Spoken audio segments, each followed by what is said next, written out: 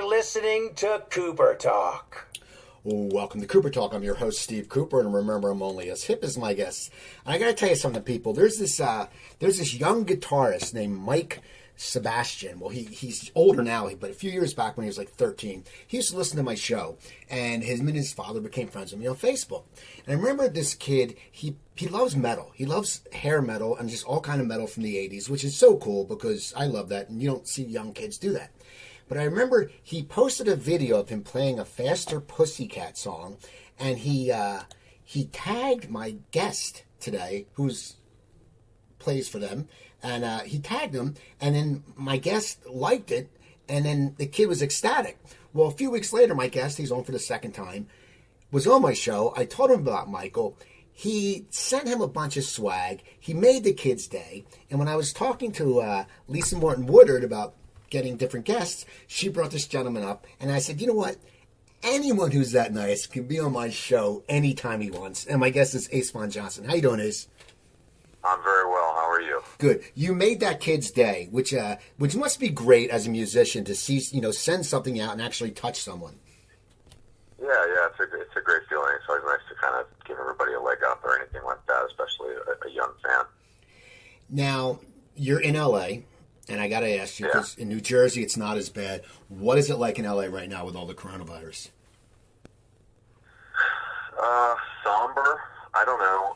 It's obviously it's not like the riots or anything like that. It's just everyone's sort of like the streets are empty, and there's this weird. It's been raining nonstop here, which is very unlike L.A. I mean, I'm a native. I've been here my whole life, and it's been raining for the last pretty much nonstop the last 3 weeks. So that combined with what's going on, in the socio-political climate of March 2020 or whatever we're calling it, it's weird. It's just weird. Everything's weird. Everything's closed. There's my apartment building's incredibly quiet. I think a lot of people are like going home, migrating back to where they're from. But do I anticipate it getting worse? Yeah, but I mean, as of right now, is it the end of the world? No, it doesn't seem to be. So things are okay. Now, how does that affect you as an artist? I mean, I know you're a creator, and and you're getting the voice work. I know all that, so it's affecting it with auditions and stuff like that. But on your creativity side, how does it affect you? I mean, just as an artist, or I mean, like an employed touring musician. As an artist. I mean, it's definitely. I've been playing guitar a lot. I can tell you that. I already had a lot of writing sessions, more so this year than I have in ages. So that's been encouraging. But the way things have gone over the last maybe 7 to 10 days, with things sort of ramping up with the severity and whatnot, like I had a session on Tuesday that got canceled for a writing session, and then I'm supposed to be doing something on Sunday in the studio. I guess I can discuss it, but with Tiffany, pop singer Tiffany. So last I heard, that's still on, but if it was to get canceled, it wouldn't surprise me either. And then I have a voice job tomorrow, several hours of voiceover work for a large streaming service for some dubbing work, and I'll leave it at that. But I'm actually debating sending an email out and just saying like, hey, am I still supposed to show up tomorrow or what? But it's affecting me because, I mean, everybody in the arts is going to be affected directly. I mean, there's no office for us to go into, and once people start having to conserve, financially speaking, I mean, the first thing to go is going to be people's sort of hobby spending. Whether it's buying merchandise or other stuff like that. So I'm kind of waiting for the other shoe to drop, really. Now, you mentioned a voice gig. Now, when did you start getting into voice acting, and what made you interested in that field? Well, my entire life, since I was a kid, probably like 13, 14, people always would compliment my such a nice deep voice. And then I used to prank call people regularly when I was in high school and like do different characters, and I was like the class clown for a little while and would do different voices and whatnot. And so it just sort of was a natural thing. And then in my 20s, I started studying professionally under several voice coaches and took some classes and stuff. And, you know, it was just something to pursue in between, you know, playing music and touring and whatnot. And, you know, occasionally it's lucrative. I wish it was more steady work for me. But, you know, I've done okay. I've done a couple things. I've got some shows featuring my voice on Netflix and, you know, done a couple, like I did this documentary for this band called The 69 Eyes that I narrated, and a couple other little random things. But, you know, it's entertaining, it's still creative, it's still an outlet. Now, what is it like doing voice work? Because you're used to performing live, and in voice work, you know, it can be take after take, and it depends, you know, the inflection and stuff like that. What is it for you to sit there and sit in a studio? I mean, and you played guitar in the studio, that's one thing, but voice, it's all about you. You have to hit it. Is it frustrating to you when you don't miss it? When they say, you know, do it again, or how do you go into the whole job? You know, it just depends. It really depends. I mean, my interest in that field is character-driven stuff. I mean, I want to be doing, ideally, you know, my dream gig would be doing animation and just be doing a bunch of different character work. But 90% of the stuff I get cast for is just my speaking voice. You know, like, hi, I'm Ace Vaughn Johnson. You're listening to the Steve Cooper Show. Let me tell you about our guest today. It's like this sort of normal, you know, if you're looking for a smooth riding car through an Acura TS4, it's just all that. And so, I don't know. I do feel like I'll openly admit that when they're like, could you do it again, but with more pizzazz? I'm like, I never know what the hell they're talking about. But, you know, I try to just approach it openly and sort of deliver whatever it is they're looking for, you know, because you're obviously trying to emote, more often than not, a bit extra with just based on your voice. So, you know, it's different when it's like being on stage. You're on stage and you're able to, you're playing the notes, but then you're also being watched. There's a visual aspect to it too. It's like when you're just doing voice work, it's all really got to be carried by, you know, just in your voice. So if you're trying to sell something or emote or, you know, sound distressed or sound happy or sound like you're falling in love with some person that's on screen that you've never even spoken to or been in the same room with, you know, it's got to be a little bit more to it than just like, oh, yeah, no, she's great, I love her. It's got to be, you know, very slightly a little extra, I guess. Well, you know, it's fascinating. I met a lady who she does in New Jersey a lot of the political commercials, you know, where they go, and such was the reason why you lost your taxes. And it was so funny. It was so different from her regular voice. Have you had any gigs or auditions where they just wanted to sound, you know, you sound really cheesy and you're like, I can't do that? Yeah, actually, the thing I auditioned for that I got cast as for tomorrow, which I won't disclose, but I'm like a sort of nerdy, I don't know if I can even say, like I'm like a nerdy guy that works with kids. And so they're like, okay, but could you be nerdier? And I'm like, oh, I listen, children, I don't have, it's like, what nerdy? And they're like, no, not that nerdy. Not like, Jerry Lewis, not Jerry Lewis. Yeah, less Jerry Lewis. Yeah, exactly.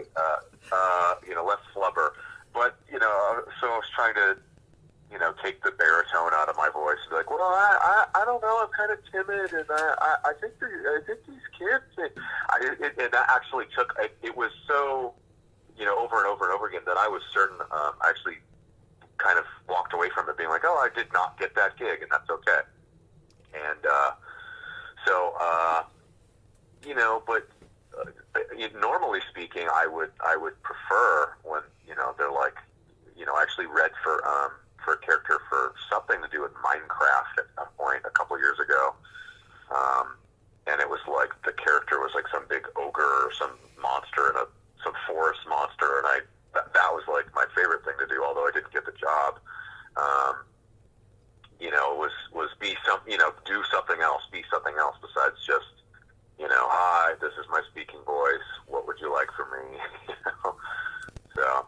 Now, how do they react when you do book a job and you show up? Because people, if you don't know, Ace is a full sleeve tats. He's a rocker. I mean, he's a guitarist. He looks like what a guitarist in a metal band looks like. He looks cool as all hell. What do they react? Do people not know who you are? Do they get a headshot first, or how do they react when you walk in the studio?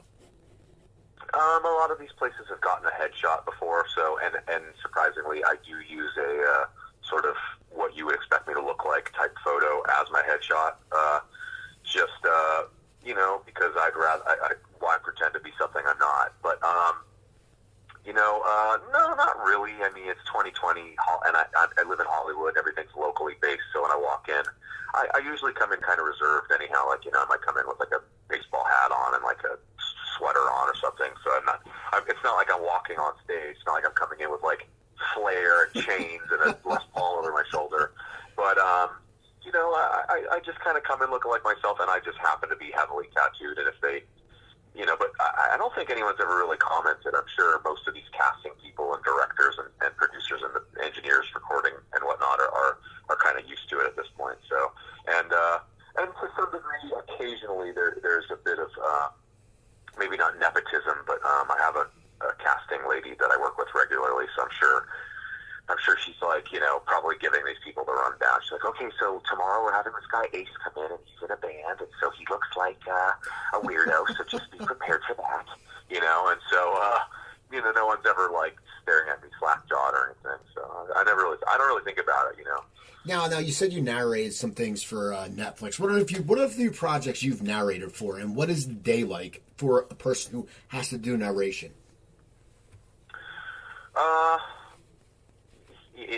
It can be a bit tedious, but the stuff I've done for Netflix is it was all the dubbing jobs. So as is my job tomorrow, so it'll be a foreign television series that Netflix acquires, and and they'll have me do whether it's a main character or I did season 3 of Money Heist, and I think I was like 4 or 5 different characters, but they were all really tiny intermittent roles.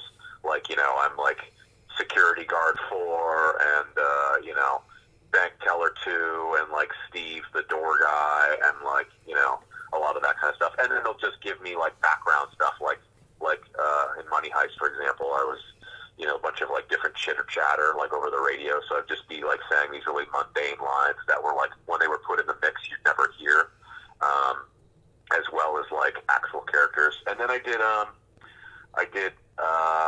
season 1 of a show called Marianne, which was like a French sort of Stephen King-esque horror series. And I'm Pierre, the lead character's boyfriend. I get to at one point like become a demon or like turn into a demon or something like that. So that was cool. And as far as the narration stuff, it like I said, it can be a little tedious just because it's a lot of reading. But I like it. It's an interesting spin on my grown-up sort of a career besides being like guy in a band on stage, or whatever. Now, what would be the ideal character for you? If someone said, hey, Ace, here's the deal. We're gonna do an animated show around you. You get to pick the character. What would be the character that you would want to do? I have no idea. I mean, I would, the more the merrier. But, I mean, obviously being myself comes second nature or relatively. But, I don't know. You've kind of put me on the spot there. I think, and then also with that comes the sort of like pretentious like voice actor thing where it's like, well, I'd really like to, Steve, I'd really like to study my character and like kind of get a vibe for like what he's going for, but most of the stuff I do is based on like real people, like when, and I never tell them, but like they'll have me come in, and if somebody, I have gone out for a few animated things or even collaborated like Don Jameson, right? Oh yeah. Yeah, so Don Jameson from that metal show, he's a dear friend and whatnot. And he and I were developing an animated series for a little while. We took it to pitch a few times and did the whole thing, and we did a live read. And I'm going to say all of the characters in the show except for two. And it was interesting to shuffle between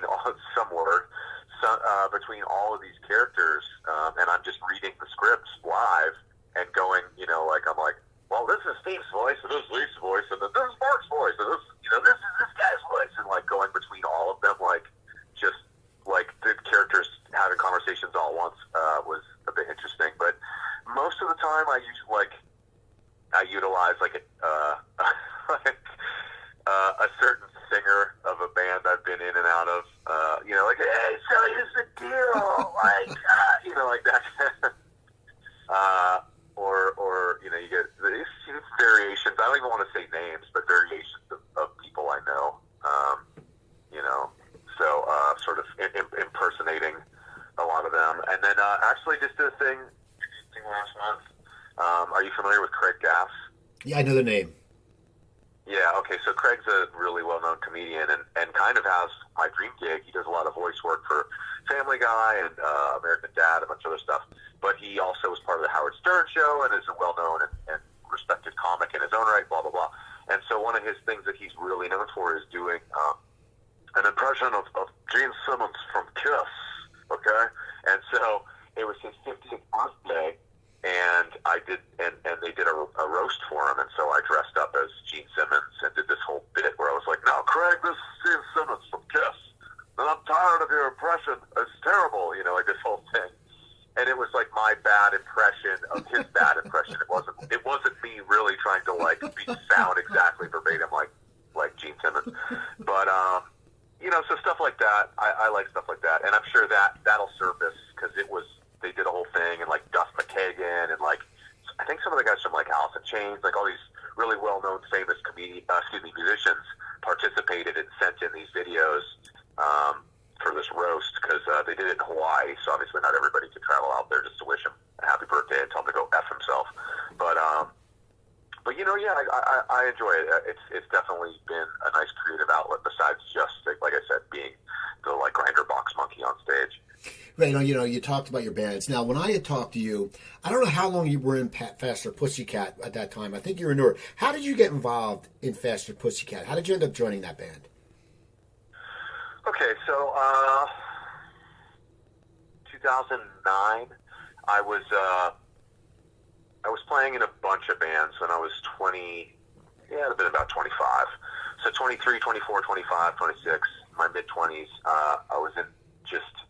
At any given moment, I was in like 7 to a dozen bands, and it was exhausting to say the least. But I was working with just as many people as I could that were, that would get me work. And so, and I found myself in all these like strange little spin-off side projects. Like I was in the band with the guy from Danzig, and the band with the guy from, Hell Yeah, and the whatever, and the band with the guy from Wasp, and the band with the one guy from LA Guns. And so I was never in that band. I was in the band with the drummer, and the band with the flautist, and the band with the singer. And I was playing in this Americana rock band called Charlie and the Valentine Killers, and it was, and the sort of short version of it was Charlie Overby is this sort of country Americana singer guy now, but in the late 80s, he was like a glam guy. He had a band called Big Bang Babies, and their sort of claim to fame was it was where Kerry Kelly, the guitar player, came from, who went on to play for Rat and Alice Cooper and Slash's Snake Pit, and now he's a Night Ranger, et cetera, et cetera. And so Charlie was my booking agent. I was playing in all these punk bands and whatever else, and he was like, "Man, you look like you'd be in a rock band." And I was actively trying to, be a rock guitar player rather than, because my roots are a lot of punk rock bands, and sort of skipping through all this. And so I joined his band, and he had like Brian Forsythe from Kicks on guitar and Chad Stewart from Faster Pussycat on drums. and Jerry Montano from Danzig on bass, and blah, blah, blah. And so that project worked for a while, and we did like a tour with Headcat, Lemmy from Motorhead's other band, and some dates with the Reverend Horton Heat, and et cetera, et cetera. And so that's how I kind of met the Pussycat guys. Eventually, Danny Nordahl, the bass player from Pussycat, would join the band as well. And this was probably like 2008, 2009, for about a year and a half. And then in 2009, Pussycat needed a guitar player, and Chad and Danny were like, oh, we know this guy. He's cool and tattooed and easy to work with and whatever. And I guess looks the part and can play okay. And that was it. And I met Tammy. I'd met him a few times, and I went over to his house, and I sat there in his living room with one of his Les Pauls and just kind of like ticked with it. He was like, oh, I can see you can play, Bubba. And I was like, yeah. He's like, all right, well, here's the CD. Don't suck. And that was it. There was no audition, and I learned 15 songs and showed up, and we rehearsed once, and I went on tour. That was the end of it, and that was about 10 years ago. Now, what was it like going on tour with a band that's known, because you had been in the punk rock bands, you had toured with other people, but Faster Pussycat has a following. What is it like as a musician going out and knowing that, there's going to be a crowd there? Well, I mean, I'd already done all that. I mean, as far as just like playing to crowds, I mean, I'll be frank, in 2009, 2010, 11, 12, Pussycat wasn't really doing that well. They were still kind of, Tammy was still trying to do the kind of like Marilyn Manson thing, and I don't know if there was just a dip in attendance, or if it was, I'm going to attribute part of it to maybe the set list choice or whatever, but, I don't recall entirely because it's been a lifetime. But, for me to go out, I mean, we were playing to like, 150, 200, 300 people a night. And I mean, I'll be honest, I mean, the first tours I ever did when I was 18, 19, 20, 21, I was playing in front of 500, 1,000 people a night, and in different bands. In my 20s, in the U.S. Bombs in Europe, I mean, we were playing in front of 1,000 people a night. So it wasn't intimidating, I'll tell you that. It was just another gig. And the thing I like about Pussycat and LA Guns to some degree is there is a lot of punk rock, sort of basic roots rock, whatever you want to call it, rock and roll. It's like 2s and 4s and Chuck Berry. It's like there's no, Pussycat, LA Guns and stuff. A couple other bands. It's not Ingve. It's not. Well, I mean, Tracy is, but as far as like the meat and potatoes of the songs, you're looking at like some, it's just blues. So it was easy for me to walk out there and do. And like I said, the crowds weren't anything intimidating. There were a handful of big festivals we play here and there for 7,000, 10,000, 12,000 people. That can always be a little bit of like a strange vibe, but it never really bothered me. If anything, it was just sort of being the new guy in a band where people were like, well, where's Brent Muscat, or where's the guy you replaced, or whatever. But, like I said, it's been so long now that, after about two years of that, that died down. And then I would say the last, I haven't been on stage with Pussycat in about 6 months, but maybe a little longer, but because I basically permanently subbed out. And considering the climate now, I don't know, if anyone will be getting on stage anytime soon. So who's to say? It was a fun experience, but I was never really intimidated or anything like that. I just kind of went out there and did my own thing with it. Now, when I had talked to you hadn't been with LA Guns yet. How did that come about? Yep. I know Tracy's been on the show, and LA Guns is a legendary band. And I know I read an article on you earlier that there was another faction of LA Guns which wasn't really LA Guns because it wasn't Tracy Guns. But we'll get into that. Yeah. But how did they approach you? Because you had a good gig, you get into the sound work. When did you join LA Guns, and did Tracy look you up, or how did that happen?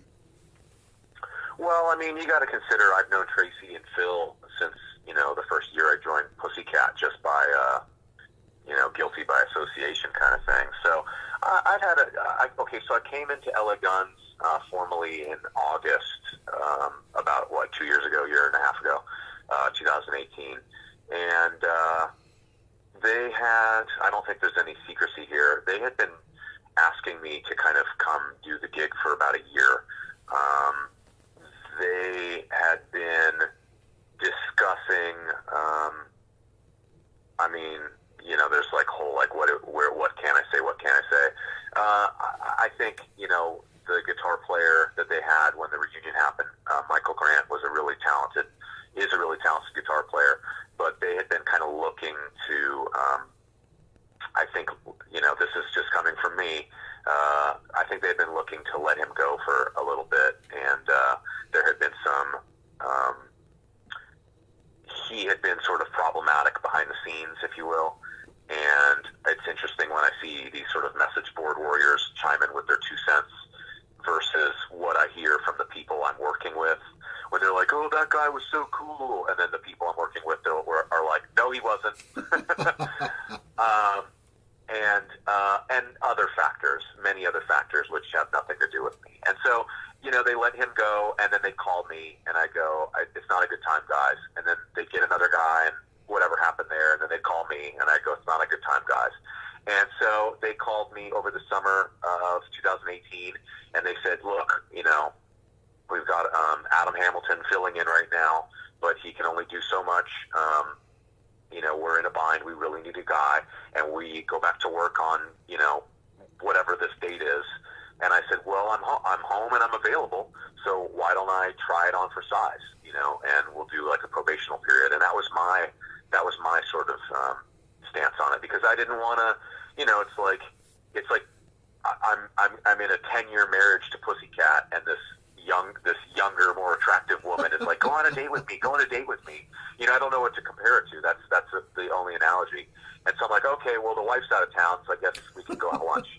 You know, and so, don't get any ideas, ladies. I'm not that terrible. But I'm kidding. But you know what I mean? Like, it was kind of like that. Like, I was being courted. And Phil and some of the management came to see me at one point in Vegas, and they were like, you know, kind of giving me the rundown of, you know, everything, because you know, after being in Pussycat for so long, it was kind of like, yeah, bathroom wall, okay, whatever. And you know, and that doesn't mean I don't love those guys, but I definitely was ready for a bit of a change. And I went out there and I did the 2-week tour, and I had a really good time, and I just kind of never left. And you know, and for about maybe almost a year, for about 9 months, 10 months, there were no schedule conflicts. And so and then later on, eventually I had to handpick a sub to cover me and Pussycat. This kid named Sam Bam Colton, and he's doing a great job with them right now. But so that was kind of where it came from. I already knew them. I mean, the first tour I did with Pussycat in 2010 was with Tracy and his version at the time of LA Guns. You know, there's that whole up and down and who's and what and blah, blah, blah.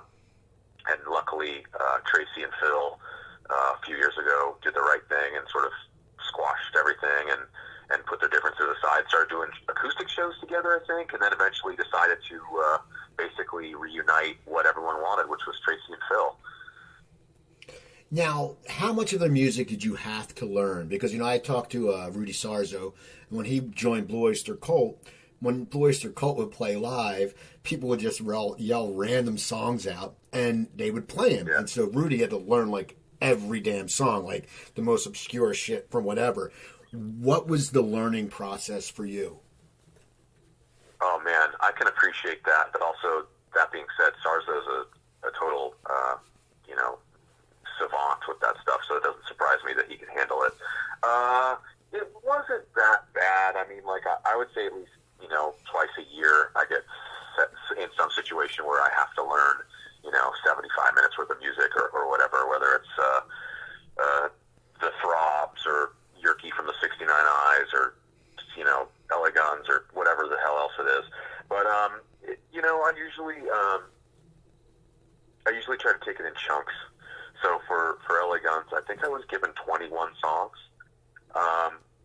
and knowing that not all 21 were going to rotate through entirely, although I think I have played all of them at some point or another.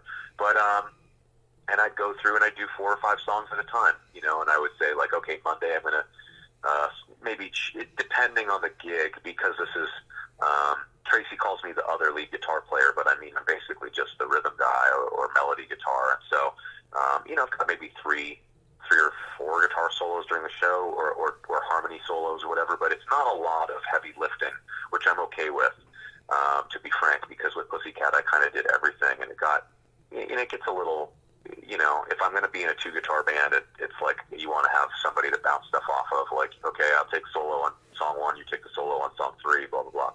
But, going through and charting it in a basic manner of like, okay, so rip and tear, okay, that's an A, and then it's just, you have basic music theory, and you're like, okay, so it's an A, so it's going to probably go to C and a G and a D and maybe an F, or it's a bridge in E or F sharp, or it's just like you kind of know the patterns, and again, like I said, it's not like some crazy Paganini, it's not Flight of the Bumblebee or whatever it is. So, or like, even songs like Ballad of Jane or One More Reason, stuff like that, I'd already played on stage with Phil over the years where, like I said, being friends with those guys, like Phil'd be like, hey, why don't you come up and play some songs with us tonight, mate? And I'd be like, all right, what key are they in? So I knew probably a fifth of the set already, and it was relatively easy. It didn't take me very long. I think there were probably about 3 or 4, maybe 3 songs that were a little troublesome, and as far as like sort of learning the arrangements and getting the little shuffly riffs down. But by the end of the day, I think they wanted to audition me, and I just don't like that term, and I basically was like, look, you guys know me. You've been calling me for a year. If you're calling it an audition, call someone else. I'm like, if you want me to come down and jam, I'll come down and jam. I was like, but if you're having me come down to audition and I'm going to sit there in a lobby with some other people, nervously clutching their guitars, I'm like, come on, give me a break. So I went in and I played everything, and Tracy showed up, and we ran through the entire set, and he was like, are you guys booked to rehearse tomorrow? And we were like, yeah. And he goes, cancel it. You guys, you're good. It's fine. It's good. And that was it. And so, just like the Pussycat thing, it was relatively painless. I think we got together maybe twice before we hit the road, and off I went. So, and it was the same thing. The other 4 guys were like a well-oiled machine, and I was the sort of like little puzzle piece being put in place, and it wasn't really that difficult. Now, in layman's terms, not, people who aren't musicians, give me a quick explanation of the difference between a rhythm guitarist and a lead guitarist. I mean, I know lead's lead, but what is the difference and the function you play in the band? In layman's terms, the lead guitar player is the guy that's doing like all the guitar solos and a lot of the main melody lines. Perfect example would be Guns N' Roses. 95% of the guitar solos or licks you're hearing, I don't want to discredit Izzy, but for the most part, it's Slash. And then the rest of it, all those big power chords and stuff, or perfect example, actually, the AC/DC, Angus Young, jumping around, all the guitar solos, all the little, like, Thunderstruck, the little, all that stuff, that's all him. And the other guy's just the guy hitting those big chords, down, down, down, down, down, and that's his job, is to hold down the rhythm. And you get a lot more liberty as a lead guitar player, and the rhythm guy somewhere between, is sort of a glorified, extra texture on top of the bass player who's more of a percussive, in line with what the drums are doing, all the kick patterns of the drums and whatnot. But, your normal rock band is 5-piece band. You get your front man, your lead guitar player, your rhythm guitar player, bass player, drummer. Look at the Rolling Stones. I mean, although they've got probably 3 or 4 auxiliary players, you start getting fancier the bigger you get. But, you're just kind of holding down the meat and potatoes of the song while the lead guitar player does the solos, guitar solos, and depending on the gig. There are plenty of bands out there where the guitar players are both lead guitar players. I mean, the Eagles, kind of like that. I'm sure I'm drawing a blank all of a sudden. What are some bands? I mean, even Def Leppard now. I mean, they've got Vivian Campbell on rhythm guitar, although he's arguably a better guitar player than Phil Collin is in my book. But you know, so that's two lead guitar players. They might not both be playing lead at the same time, but they're both competent, capable lead guitarists, depending on the song and what, you know, who wrote what and whatever else. So it just depends on the gig, you know. And in my position, I'm mostly rhythm, although there's plenty of songs where I do, you know, over the edge. I've got a solo and a harmony solo, and I've got a solo bit in Rip and Tear, and some other songs that now we haven't played in a few months. I can't remember their names, but you know, busy work. Now, I think I saw a tweet from Tracy that some dates, was it the Australian tour, or some dates were canceled? Yeah, Australia's indefinitely postponed, obviously with the way things are, and that was scheduled. So I don't know. I haven't received any sort of word from management.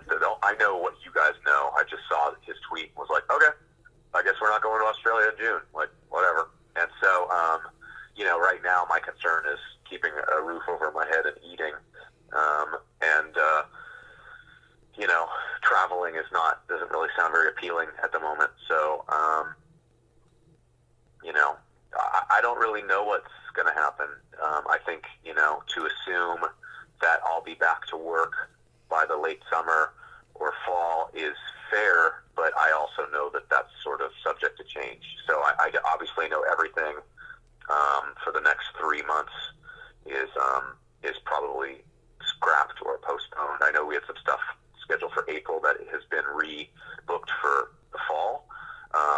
So I'm hoping that that's a good thing, but I mean, you know, obviously with the way things are right now, the world could end. So, I mean, I say that in jest, but, you know, I also have every expectation or to some degree that things could get way worse, and that could be that, you know. So, I don't really have any, you know, people are already DMing me like, hey, when's the March, the whatever show in April getting rescheduled? And I'm like, dude, I got bigger problems right now, you know, as does everybody else. Like, let's not worry about some rescheduled rock show, you know? Yeah, how do you psychologically handle this, just for the fact that, you know, it's like anything, you know, people go to a job, they go and they work. You have a schedule of shows that you didn't schedule other stuff because you're a musician going on shows.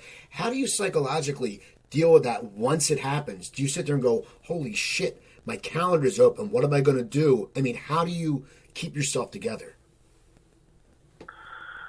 Well, Steve, I haven't quite gotten there yet. I had a really busy year booked starting April, and it was going to ramp up, and I was working pretty much May 4th through August steadily, and currently I'm looking at taking a 5-figure hit personally. So not really too stoked on that. But you know, it's not like selfishly. It's not just me. It's not like, you know. It's not like literally for the first time in my lifetime, it's not like the rest of the world isn't also equally going through some sort of other, you know, similar crisis. So I'm really trying to just take it one day at a time. You know, I'm like, I've got my rent paid for the month, and presumably next month, and I'm fortunate enough to, you know, I have other revenue streams, and I have a savings. You know, all of that could change very quickly. But if push came to shove, you know, I'll be okay for, you know, like, it basically, if I can't get on stage at work my normal job, which is as a musician, for the next 12 months, I'll survive. It's going to screw me indefinitely, but you know, I'm just sort of looking at the bigger picture right now, which is like, you know, like how does the world recover from this viral thing, and, you know, when do we get back on track, or how do we get back on track, and if and when, you know, and is this going, you know, is this the stepping stone towards, you know,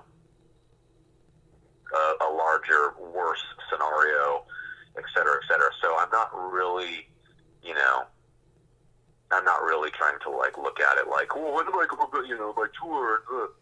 So I'm fortunate enough to where, my rent is paid and I've got, a month's worth of food in the fridge, and I'm just sort of taking it a week at a time right now. And beyond that, I don't know. I'm just as concerned as the next person. So, there's no secret there.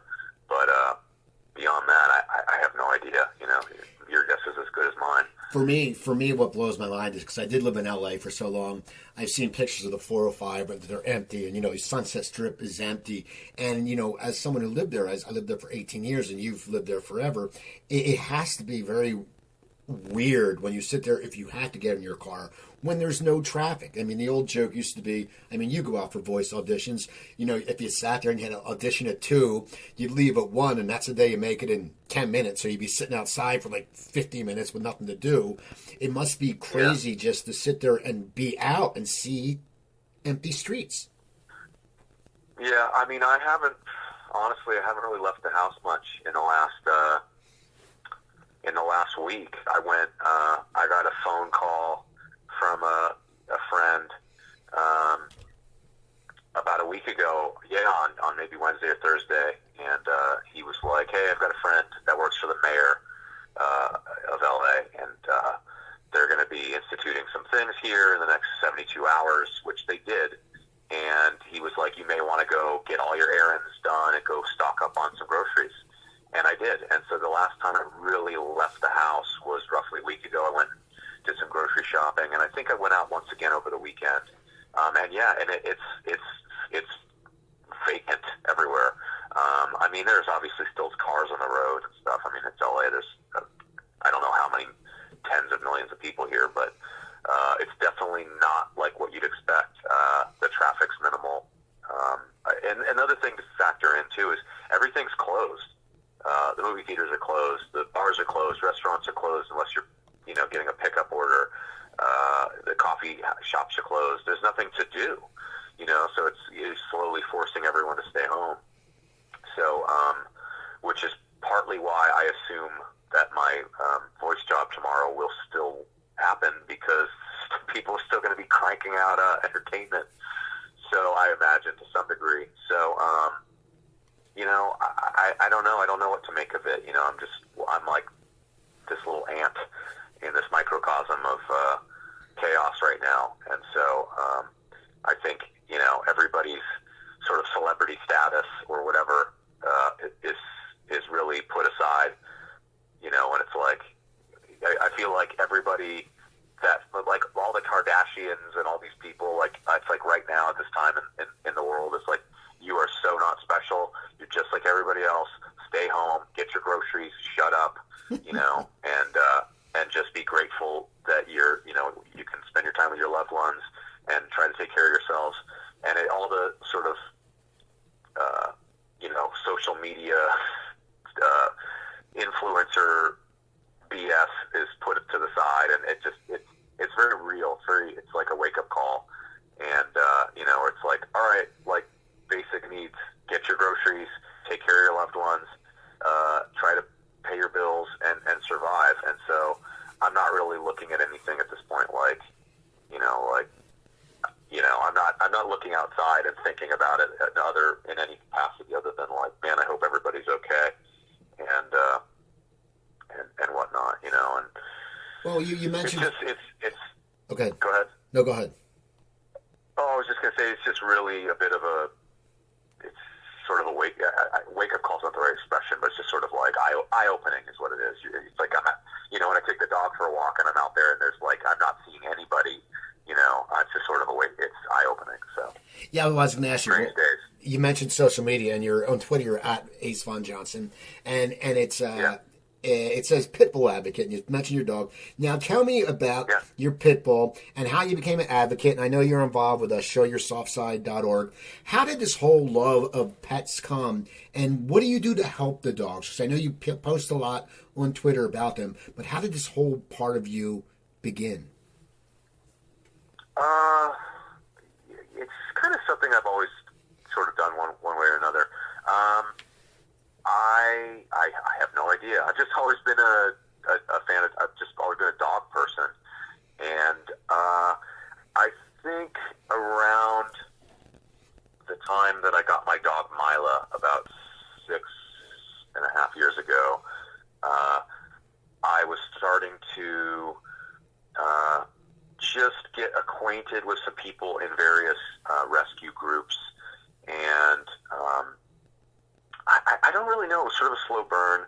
It just seemed like the right thing to do as someone with a platform and like, you know, this F level of celebrity or whatever you want to call it, or notoriety is more likely. You know, you know, that's not celebrity, such the wrong word, but you know what I mean? Like, you know, notoriety. And so, as, you know, with social media and everything else is, you know, people are able to make themselves look like they're more important or busier or whatever than they maybe really are. And I'm the first person to admit that that's me. And I wanted to utilize some of that for something positive, rather than just like, oh, look at me, I'm in a band, and look how cool I am. And so I wanted to do something that kind of gave back, and always being a animal advocate, and especially dogs, and then you know, larger dogs and pit bull types and whatnot. And then once I got my dog, which I was already aware of, sort of the plight of the pit bull, but the, you know, sort of vilification of these dogs, probably starting in the early 90s and whatnot. And I just was happy to kind of use what notoriety I had to kind of circle back and try to draw some positive attention, and not only just pit bull types, but as well as like just other, you know, rescues in general, and networking. And I've met a lot of people, you know, that it's networking. It's sort of this strange, like, almost like Underground Railroad. Like, someone will call me or send me an email from like Chicago, and they're like, oh, I've got this Labrador that, you know, it's a amputated leg in outside of Illinois, and it needs a foster. And I'm like, oh, well, I've got this rescue in Iowa that'll come out there and pick them up, you know. And then you're sending emails and introducing people, or connecting the dots, and then a lot of it's just you know, with social media, as you're reposting stuff or tagging people or sharing or whatever. And so little goes a long way. It's that snowball effect. And I've been fortunate enough to befriend a lot of the people in that field that I really respect. Rebecca Corey, who's a well-known comedian who also runs Stand Up for Pits, which is a wonderful, really, I guess successful would be the word I'm looking for, a really successful pit bull rescue organization. Linda Blair, who you may know from The Exorcist, she has a group called Linda Blair World Heart Foundation. My friend Deirdre with Pinups for Pit Bulls out of Philly, just a bunch of people. And so, and I could keep going. And so I'll just go, hey, you know, a friend of mine reached out in Sioux Falls, Iowa, or whatever the hell. Do you know anyone that can help? And it's just a lot of that. And so a lot of my free time, a lot of the stuff people don't see is me trying to devote stuff to that. And I've appeared and spoken at like weird events, and like, you know, and given dissertations on like why you know, pit bull type dogs are, you know, they're wonderful creatures, and you know, and it's unfortunate how the media's maligned them over the last 30 years, and how I was watching a movie with some friends 2 nights ago, and they had these wild dogs running around, and they were like the bad guys in the film, and they were all Dobermans and German Shepherds and whatever else. And I pointed out, I said, oh, look, this must have been before we decided to make pit bulls the go-to bad guy dog, because for a while it used to be it was Dobermans for a while, and before that it was in World War II it was German Shepherds, because they were German, you know, and whatnot. And it's unfortunate that these types of dogs have been utilized by the wrong people to do terrible things, because unfortunately for them, they're such wonderful animals that one of the qualities that's bred into pit bull types, which is a type, not a breed, that they are going to listen to you because you're the owner, and their goal is to please you. So if you, Steve, have a pit bull and you go, I want this dog to fight that other dog, eventually, not all of them, but a substantial dad wants me to fight this dog, so I'm going to fight this dog. But ideally, what they would really rather be doing is like this one is right now, is laying on my lap, being a loving pet. People forget that for every, fluff piece they read in a newspaper every 6 months, there's, 10 million other pit bull type dogs out there that are doing nothing other than just being someone's pet and doing nothing wrong. So that's why I get frustrated with any sort of negative spin on anything like that. It's like you're more likely to get bit by a chihuahua, or actually, I'm not even going to get into the statistics of it, but trust me, if anyone wants an actual fact-based layout of information on pit bull types, I would suggest going to pitbullinfo.org, and there's a bunch of stats from the CDC and from the AKC and whatever else that basically show you that they're just as normal as any other type of dog, and you're just as likely. It's like if you approach a dog and it growls at you, you're like, I'm not going to put my hand by that dog because clearly it doesn't want to be pet, and so there just seems to be some sort of stigma attached to the term pit bull nowadays, which a lot of people, like such as myself, have gone out of our ways to debunk, and I think successfully. And I think the more people that pay attention to facts and that they're just dogs, the better. And also to take into consideration why the statistics are what they are and why there are so many of them in shelters is because, like I said, it's a type, not a breed. So you're also factoring in 4, 5, 6, 7 different actual breeds when you say pit bull. It's like saying I'm from Europe. It's like, well, what part? You're from Paris, you're from Germany, right. You're from, Austria. It's not the same thing as going, well, he's from Texas.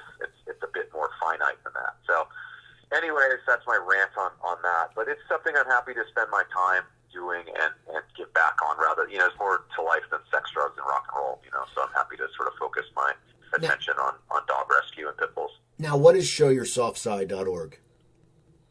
Show Your Soft Side, man, I wish I had more info. Show Your Soft Side seems to be run by some people that are sports affiliates. And I think it started with them campaigning against, obviously, animal abuse. And I believe it started with some athletic, whatever the term is, some athletes and celebrities in that arena. Obviously, I'm not a sports fan to any degree. I don't know anything about anything. People ask me about football and soccer and baseball, and I'm like, I don't know. Is that the one with the stick? But yeah. So and a friend of mine who is actually a well-known NFL agent, this gentleman named Chad, reached out to me, and we actually, it was he, myself, and Fred Corey from Cinderella, and we were discussing animal advocacy and whatnot, and our own individual work. And Fred does a lot of stuff, as does his wife, and two wonderful people, of course. And Chad was like, well, hey, I know the people at Show Your Soft Side. And I said, I think they're a great campaign. And, he put us together, and they said, hey, we're familiar with your work, and actually name-checked a few things that I had done. So they actually, were familiar with me rather than sort of, just like, oh, yeah, sure, Faster Pussycat, whatever.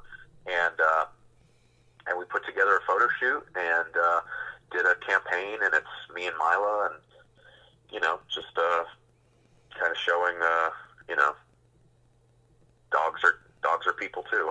I don't know. I don't really know what else to say about it. Now, I kind of let them do their thing with it. I got a question about Mila and your Ouija board on your Twitter. As I said, people, it's Ace Von Johnson at Ace Von Johnson.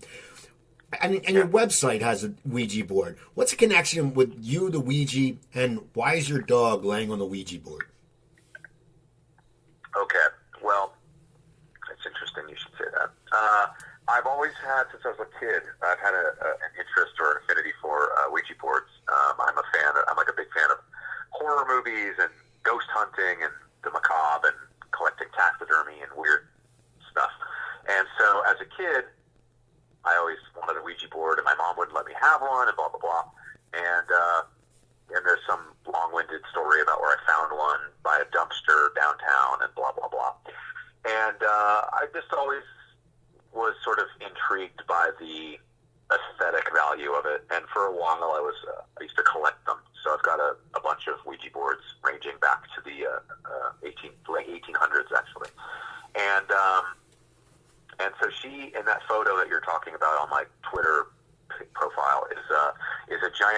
kit that somebody gave me. It's a giant rug that looks like a Ouija board. So I liked that she would just lay on it, and she looked like a giant, the planchette that you would put your hand on to move around. She just looked like a giant dog planchette on this giant Ouija board. But it just became sort of my theme to like merch, basically, like T-shirts and whatever else. So, and it just was something to kind of reference that was spooky and kind of unique at the time, although I feel like a lot of Ouija board themed stuff has been kind of done to death now, so I kind of laid off of it a bit, but yeah, it's just something I thought was spooky and had an interest in. There's no real like hidden message or anything. I'm not like summoning demons to help my cause or anything.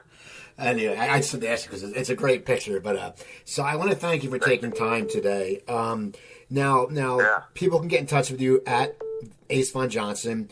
Look for your voice work. Hopefully, you can tweet. That once your thing you're doing tomorrow, if it stays, you can tweet about what it is once it happens, right? Yeah, I would imagine I'll be able to talk about it probably in about 2 or 3 months. If we're all alive then.